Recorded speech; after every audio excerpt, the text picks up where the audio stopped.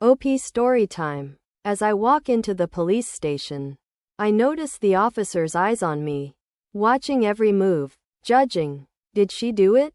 Did she really kill her own brother? That's the question on everyone's mind after Greg died last week. He fell to his death from the 11th floor apartment where we live with our mother. Neighbors mentioned a heated argument between us right before it happened, and the media ate it up. An older, polite officer approaches and gestures for me to follow him into the interview room. He motions for me to sit. I am sorry about all this, Ms. Lana, he says, flipping through some papers in a folder. But we need to get everything straight in this case. I nod. He asks if I am sure I don't want a lawyer.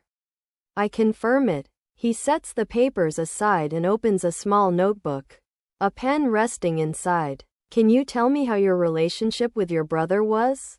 That's a tricky question. But I tell him the truth.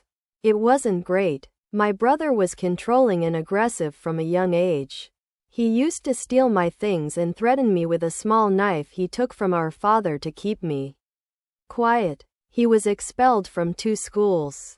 Once for beating a kid until he passed out and another because he set fire to an entire classroom. When a teacher refused to change his grade, he was very close to our father and, when he died, Greg got worse, much worse. To the officer, I give a lighter version of the story. I don't want to seem like I hated my brother.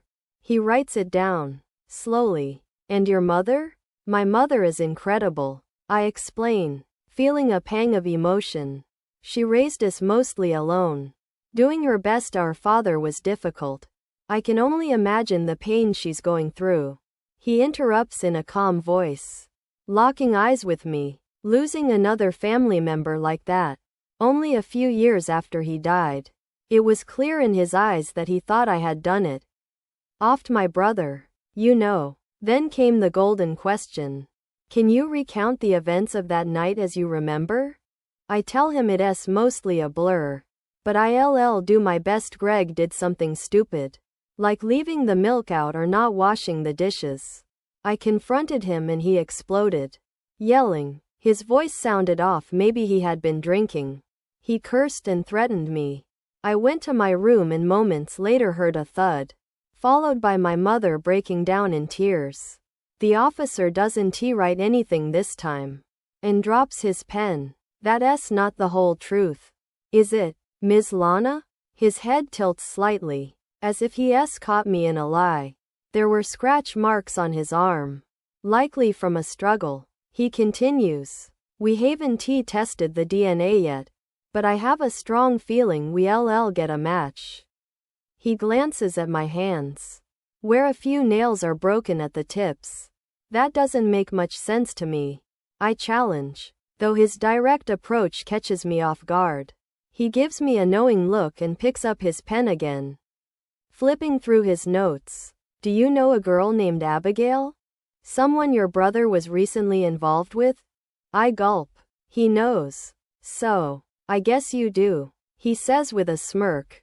She filed a report against your brother the day before his death. Did you know that?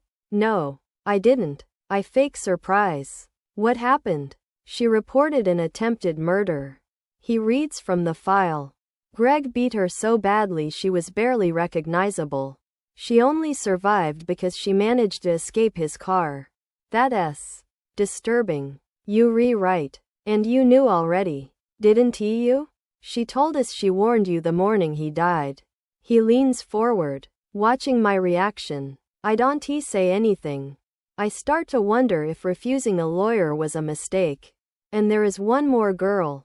Jenna. He continues. His ex. She had been missing for a few months. But we recently found her dismembered body by a dirt road. My eyes widen. I didn't know the details. But I feared this might have happened. We suspect there are more. He leans back, his posture hinting at sympathy for me. It's time to bring justice to these women. I know this is probably why you pushed him that knee before he finishes. I stand up and ask if I am under arrest. He shakes his head. Then I'll leave now. I say, walking to the door. I hope I've helped. I leave the station with tears in my eyes. Those poor girls, what had he done to them? How could he be so much like our father? My mother is waiting right in front of the main entrance, sitting on a bench. Her face lights up when she sees me, and we hug tightly. I'll never tell them what she did that night, how she saved me from Greg, as he held a razor to my throat, gripping my neck by the window. After I confronted him about those women, how she pushed him without hesitation, sending her own son to his death. How, a few years ago, she poisoned our father to also end his endless cycle of abuse and violence. Mom believed it was over when she killed him. But it wasn't. Greg followed in his father's footsteps. Maybe now she can finally have some peace, though it came at such a high price. Let's go home, she murmurs, her voice heavy with sorrow, gripping my hand. And we go.